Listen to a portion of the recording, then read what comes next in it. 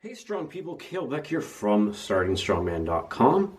If you like what I do, go to patreon.com/StartingStrongman and sign up. Become a supporting member and get all kinds of benefits, including access to a private forum, discounts at store.startingstrongman.com, even some stickers. Anyways, today I'm going to be doing a Q&A.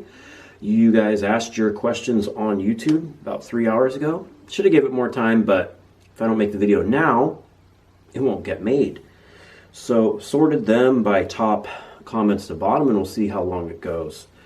What are your thoughts on Brian Shaw's decision to only focus on World's Strongest Man for 2020?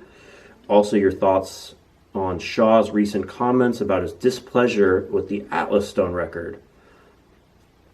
If I understand Brian's recent video correctly, he claims he was never given the opportunity to officially increase the record to over 600 pounds. Okay, so first thing, focusing just on World's Strongest Man.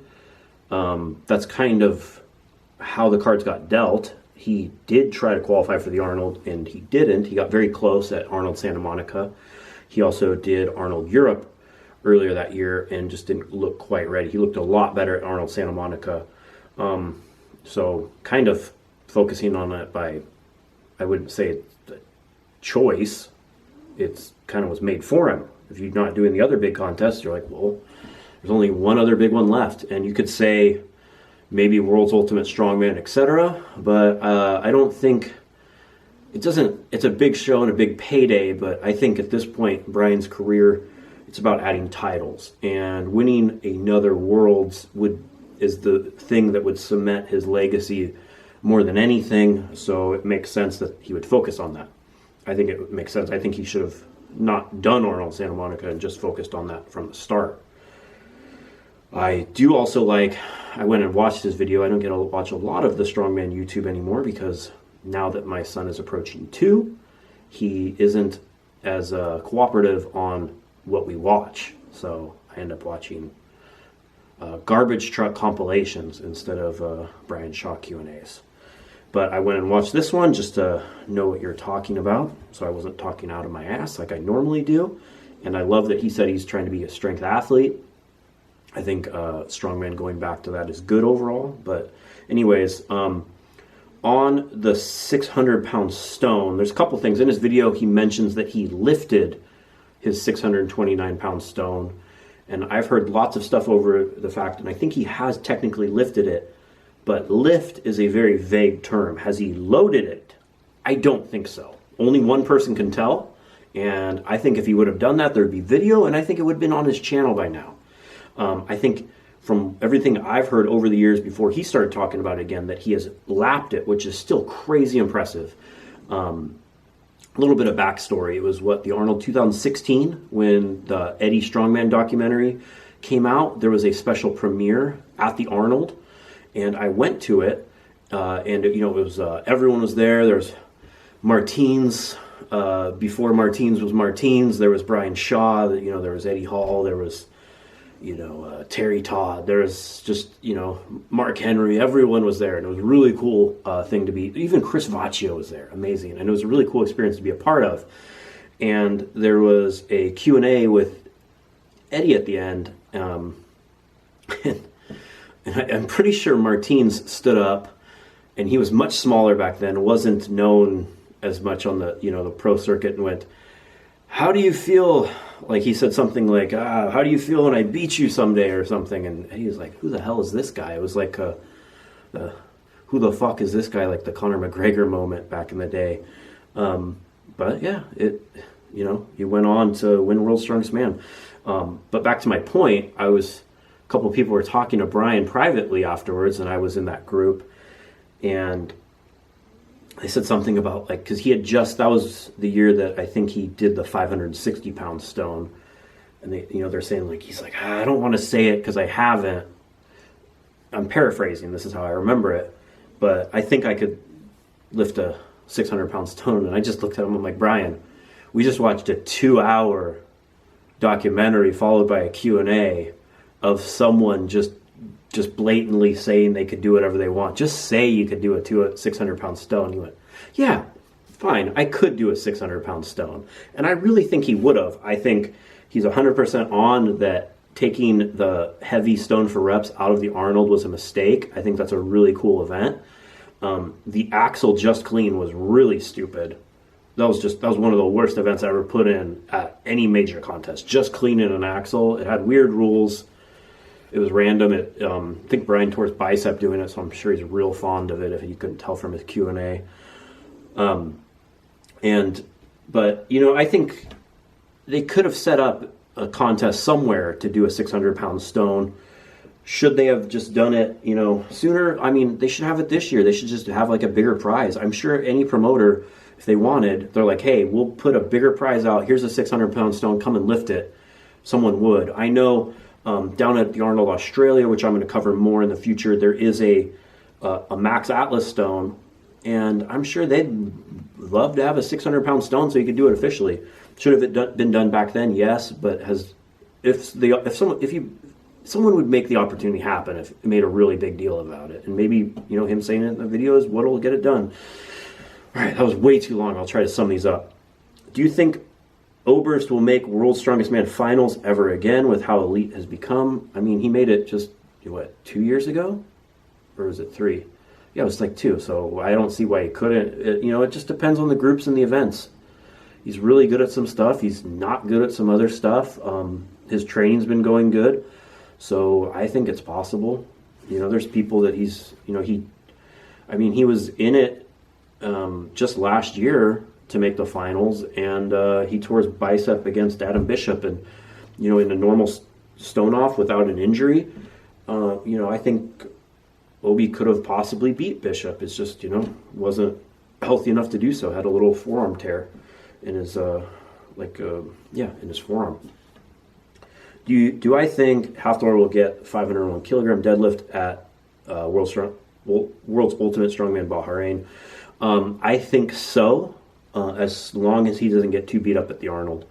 I mean, I can't really make that prediction until we see if he got any injuries and how taxing the Arnold was for him and how he looked at it. I mean, we'll have a good understanding of that after the Arnold, but it's really hard to say when there's one of the heaviest, if not the heaviest contest of the year in between. Anything could happen, so if he was to do it this next weekend, I think so. He looks ready. So we'll just have to see. Do I think Martins can win the Arnold? Sure. Yeah, I think Martins is, he was in second last year. He won World's Strongest Man. Why not? This year, I wouldn't predict him to, but do I think he can? Yeah. To say anyone in the top 5 couldn't win any competition is pretty silly. All right, here's more of a actual question on overall strongman, not just the pros, which I'm very happy to answer. It seems these days many new-ish competitors keep doing novice competitions even though they could handle the open weights, get 10 to 20 reps on rep events, etc. Is there anything you would like federations to do differently to address this? I'm going to guess you're in the UK, because this seems to be more of a UK problem, how they have it. But you mentioned federations, or maybe not, because there's no federation in the UK.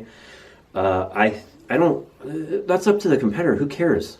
Are you doing novice? Then who cares? If all they want to do is do Rep Fest novice contests, so what? They're signing up. They're helping the promoters, and whether it's what I would suggest someone to do or not, it is supporting the sport by having more entry fees and allowing promoters to actually maybe not lose their ass like they did for years and years, and hopefully actually make a little bit of money, because promoting contests is hard. I stopped doing them. They're way too hard. But I think there should be some standards. I mean, if you place top 3 in novice, you're not supposed to keep competing in it. I just don't think a lot of the federations do a good job of tracking this. They should have some online database that tracks how each competitor has done in a contest, and hey, that would actually make people go to your websites. Yeah, it would. So, like I did motocross when I was a teenager, and I'd show up and it's like, oh, you've done this so many times, you have to move up from beginner to intermediate now. Like they just tell you, and it was on that was in 2005 in motocross, and they were just at track. So if they had the thing, to do it, then I don't see why strongman federations couldn't. And that's another step. And just do that. 2, outside of competition prep, how much benching do you typically have your athletes do, and what factors influence that decision? Also, what bench variations do you use most frequently? I think it's a huge misconception that strongmen don't bench press.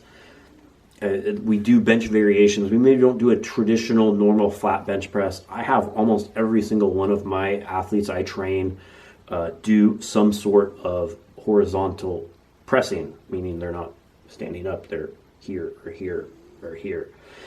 Most of it is close grip flat bench and also incline. And when I say close grip, I mean shoulder width, not here like a competition bench, not this dumb crap, about shoulder width. Somewhere where when you bring it down, your forearm is staying pretty parallel. Like it's not, your elbows aren't going out. You can really tuck and get a lot of triceps that way.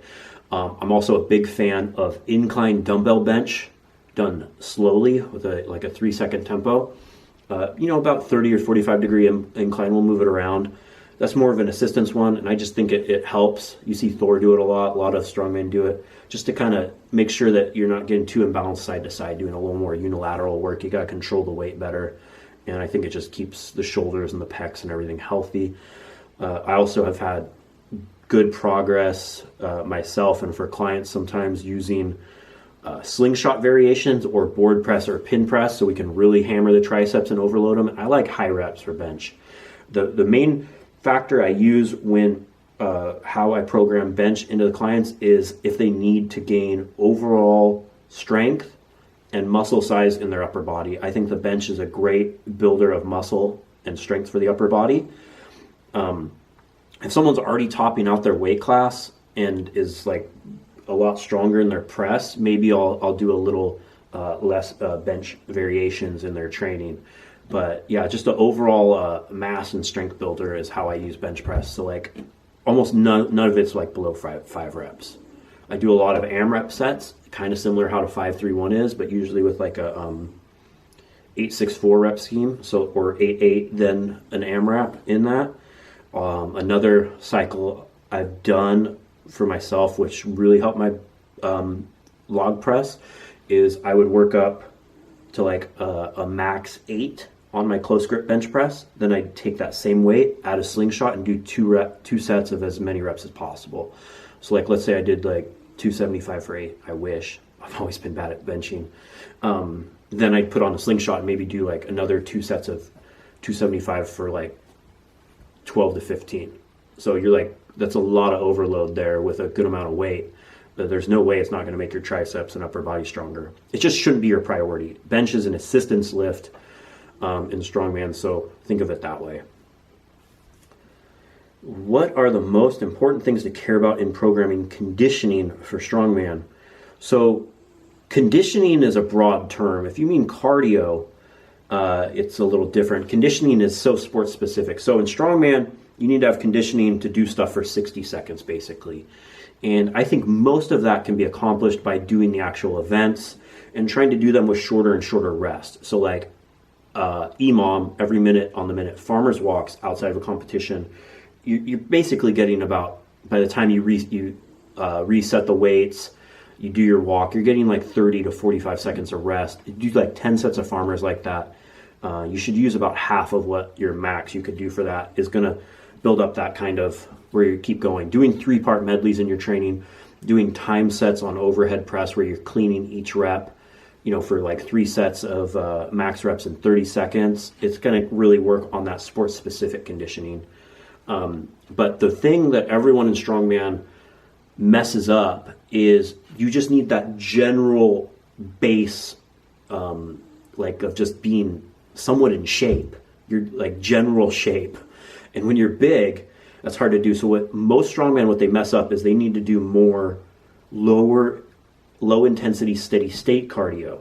I'm talking you're keeping your heart rate below 140 beats per minute. That's why I bought this fancy watch. And if you don't have one, way to do that is by making sure that you're at a pace that you can carry on a conversation. I'm not telling you to go run. I'm not telling you to run a marathon. I'm not telling you to run a 5K. For most people I see doing strongman, especially if they've gained a lot of weight, thinking getting fat is going to help them become a better strongman, because they see all these stupid videos out there of these eating challenges that the absolute best guys in the world do, that by the way came from athletic sports, so they have a higher level of fitness coming into the sport. They played basketball, they were swimmers, they played football, etc. So they weren't just like some guy who started training strongman at 16 who's just not in shape because he has all these, likes to post all these like anti-cardio memes. I'm like that. My cardio is horrible even as a lightweight, but I'm trying really hard to make it better. So just go, like, that's why like all the 10-minute walks got popular, because most of these guys are so big and their base fitness is so low that just going for a 10-minute walk, myself included, is a good basic cardio. Because what happens is it's going to improve your recovery. You're going to recover better between events. You're going to be able to up your training volume, and it helps digestion. There's so many benefits of just doing some low impact, steady state cardio. Go on a recumbent bike, a rower, whatever it is. Just do it at a nice steady pace. Try to increase it, the time as you go. But yeah, I think the thing about that is it's not taking anything away. Almost all of our training in strongman is like high intensity training.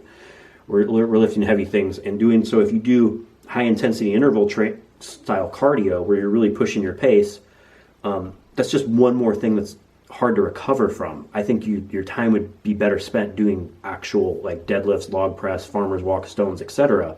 If you're adding training stress by doing low intensity steady state cardio, you're actually recovering from your hard training instead of adding more stress because it's so low impact. So yeah, that's my, I don't think if I said the important thing, but I'm just saying I guess the most important thing is to not do something that's so taxing that it adds more stress to your training. There's a use for it, but overall, I think more people that are watching this, that are asking me this question, would benefit from just doing some more low intensity steady state cardio.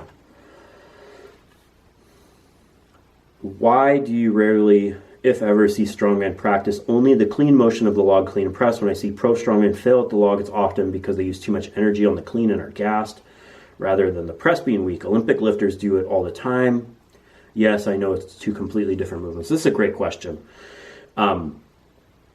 I think the difference why you would see less people just doing the clean and breaking down the lifts into portions like you do Olympic lifting is, in Olympic lifting, you're only doing 2 events. So you can train all kinds of variations for those. In strongman, it's like, how much time do you have? How much training stress can you dedicate to just one lift? So you're generally not going to do log clean and press, then just log cleans, etc. But I do this with clients a lot, and I think it's something that a lot of people could benefit from. And you're 100% right. I can tell a lot of the time watching a video if someone's going to press the weight based on how the clean looked. It's not only do they burn too much energy, but if you have a bad clean, you're not in optimal position. That thing should just fly right up to your chest, and you should just be in a nice racked position, everything tense, etc. Usually, like if you get here and then you have to like kind of flip it and struggle that last little bit, you also lost all the tension in your scapula, your lats, and your back, and then you don't have a solid base to press from. If you have problems with the clean, throwing in log cleans is a very good idea. I do it further out from a show. The only thing you have to that I want to stress with this is just because you're getting the weight to your shoulders does not mean it was a good clean. Strongman could learn a lot from weightlifting, where they don't just look at if they got the weight from A to B so much, they look at if there was any, like how good they did it technically. You need to remember that every lift is practice, and you need to practice perfect from every warm-up all the way through. So something I do with clients that I'm trying to get them used to a weight that's above their max is I'll have them do their normal log press work, and then after that I'll have them go a little bit heavier, maybe above their max. I'll start at maybe 90% of their max, and they'll do a clean and they'll hold it in the rack, like pretending they're going to push. They're not like holding in the rack, like wavering all over the place. They're in a solid front rack position, and hold those for like 5 seconds. Do like 3 sets of that, and I'll work up to like 110, maybe 120% of their max doing that. and it generally ends up feeling a lot easier. Something else you can do is you can get it in your rack and do 3 small dips, etc. But yeah, I think it's something like someone like Iron Bibby, if he's trying to break the log press world record. We all know he can press a house. We've seen his seated work, etc. His clean's a little sloppy, and he doesn't have the stability at the top to keep to utilize his power. So I think a lot of people could benefit from just breaking down the lifts more. I have people do it on continental cleans too. I mean, we do it in the deadlift all the time. People are like, oh, I'm weak with top, so I throw in block pulls, even though that's probably not the best idea. But yeah, break them down more like position 1, position 2, position 3, like how they do in weightlifting would benefit a lot of people out there. We don't see Oberst compete much. What is he up to? He's competing at Giants Live North America. Remember, he tore part of his bicep at Worlds in last year, so he's been smart and actually has been rehabbing that and making sure you're ready instead of like he's done in the past and a lot of strongmen, including myself, and just rush back into contest. But we'll see him at a Giants Live North America in Florida, and you should go get tickets to it and watch it. I'll probably be there as well. What's that, in August? In Daytona Beach. Why did you move across the country? California is really expensive. I have a young son. He's 2. Schools are horrible where I was, and the house that we lived in, I mean, I love the area. California is great if you're rich. And I don't know if you can tell, but strongman doesn't pay that well, especially for me. If I could afford to live there, I would still live there, but I work remotely, and I live in one of the most expensive areas in the country. So it makes a lot more sense, especially since I have a lot less time with a about to be 2-year-old, to move somewhere that's a lot more affordable. And I've been doing research and settled on Tennessee. I grew up in country life out in California. Yeah, there's a lot of that on, with horses, and we had, a bunch of acres, and that's how I want my son to grow up. And unless I wanted to spend like $1.2 million for a home, which, trust me, I can't afford. I make under $200 a month off of YouTube videos. And even if I could, it would just be too stressful to me to do. I was able to buy something for about a quarter of that for that same kind of lifestyle I grew up, so I can raise my son that same way. And it frees me up to do more creative stuff with my work instead of just the stuff that pays the bills, and have less stress, because that's something I definitely suffer from, getting too stressed out, high blood pressure, etc. It runs in my family. So I just want to live somewhere everything's a lot simpler and a lot cheaper, so I don't stress out, and I can devote more time to the things I like to doing instead of just making sure I don't end up homeless next month. That's a short answer. I mean, just trying to find a better opportunity for myself and my family, and happy I did it. It's feels nice to have some space around me again and have extra money in my bank account and have manageable bills. Would you recommend amateurs who have qualified for nationals compete at higher weight classes to gain experience with heavier weights / stronger competitors, i.e. middleweight doing a heavy competition? So if you've already qualified for nationals, I did this all the time. There's 2 things about this. I think, yes, it's good to test yourself, but also don't beat yourself up too much. There's nothing wrong with doing a lighter show and just kind of breezing through it and doing a little bit of rep fest, because you can treat that as a training day. What I would say is if you cut a significant amount of weight to make your class, then once you qualify for nationals, always compete up. That'd be my advice.